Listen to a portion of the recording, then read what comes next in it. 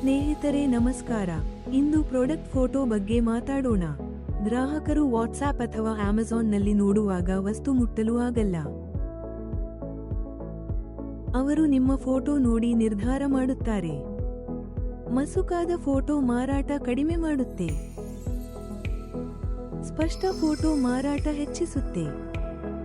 ಒಳ್ಳೆ ಫೋಟೋ ಹೇಗೆ ತೆಗೆಯಬೇಕು ನೋಡೋಣ. 3 ರೀತಿಯ ಫೋಟೋಗಳು ಬೇಕು. ಮೊದಲನೆಯದು ಮುಖ್ಯ ಫೋಟೋ. ಗ್ರಾಹಕರು ಮೊದಲು ಇದನ್ನೇ ನೋಡುತ್ತಾರೆ. ಇದು 90% ಖರೀದಿ ನಿರ್ಧಾರ ಮಾಡುತ್ತೆ. ಬಿಳಿ ಹಿನ್ನೆಲೆಯಲ್ಲಿ ಮುಂದಿನಿಂದ ಫೋಟೋ ತೆಗೆಯಿರಿ. ಒಳ್ಳೆ ಬೆಳಕು ಇರಲಿ, ನೆರಳು ಬೀಳದಿರಲಿ. ಈಗ ಆಂಗಲ್ ಫೋಟೋ ಹತ್ತಿರದಿಂದ ತೋರಿಸುತ್ತೆ. ಕೈಯಲ್ಲಿ ಹಿಡಿದು ನೋಡುತ್ತಿರುವಂತೆ ಅನಿಸುತ್ತೆ. ಎಲ್ಲ ಬದಿಯಿಂದ ಫೋಟೋ ತೆಗೆಯಿರಿ.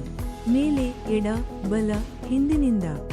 ಲೇಬಲ್ ಅಥವಾ ಮಾಹಿತಿ ಇದ್ದರೆ FSSAI ಸರ್ಟಿಫಿಕೇಟ್ ತರಹದ್ದನ್ನು ಕ್ಲೋಸ್ನಲ್ಲಿ ತೆಗೆಯಿರಿ. ಮೂರನೆಯದು ಲೈಫ್ ಸ್ಟೈಲ್ ಫೋಟೋ. ವಸ್ತು ನಿಜವಾಗಿ ಹೇಗೆ ಬಳಸುತ್ತಾರೆ ತೋರಿಸಿ. ಇದರಿಂದ ಗಾತ್ರವು ಅರ್ಥ ಆಗುತ್ತೆ. ಈಗ ಕೆಲವು ಮುಖ್ಯ ಸಲಹೆಗಳು. ಹಿಂದೆ ಬಿಳಿ ಬಟ್ಟೆ ಅಥವಾ ಚಾರ್ಟ್ ಪೇಪರ್ ಇಡಿ. ಇದರಿಂದ ಸರಿಯಾದ ಬಣ್ಣ ಕಾಣುತ್ತೆ.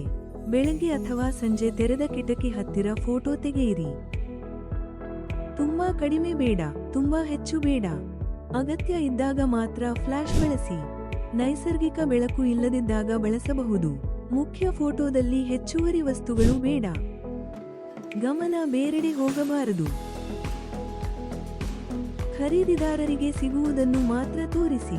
ತುಂಬಾ ದೂರದಿಂದ ಅಲ್ಲ, ತುಂಬಾ ಹತ್ತಿರದಿಂದ ಅಲ್ಲ. ಹತ್ತಿರದಿಂದ ತೆಗೆದರೆ ವಸ್ತು ದೊಡ್ಡದಾಗಿ ಕಾಣುತ್ತೆ. ಕೆಲವು ಭಾಗಗಳು ಫೋಕಸ್ ತಪ್ಪಬಹುದು. ದೂರದಿಂದ ತೆಗೆದರೆ ವಸ್ತು ಚಿಕ್ಕದಾಗಿ ಕಾಣುತ್ತೆ. ಮುಖ್ಯ ವಿವರಗಳು ಕಾಣಿಸದೇ ಹೋಗಬಹುದು. ಇನ್ನೊಂದು ವಿಷಯ, ಸ್ಪಷ್ಟ ಫೋಟೋಗೆ ಸ್ಟ್ಯಾಂಡ್ ಬಳಸಿ ಅಥವಾ 2 ಕೈಯಲ್ಲಿ ಹಿಡಿಯಿರಿ. ಈ ಸುಲಭ ವಿಧಾನಗಳಿಂದ ಪ್ರೊಫೆಷನಲ್ ಫೋಟೋ ತೆಗೆಯಬಹುದು. ಇದರಿಂದ ವ್ಯಾಪಾರ ಬೆಳೆಯುತ್ತೆ, ಮಾರಾಟವೂ ಹೆಚ್ಚಾಗುತ್ತೆ.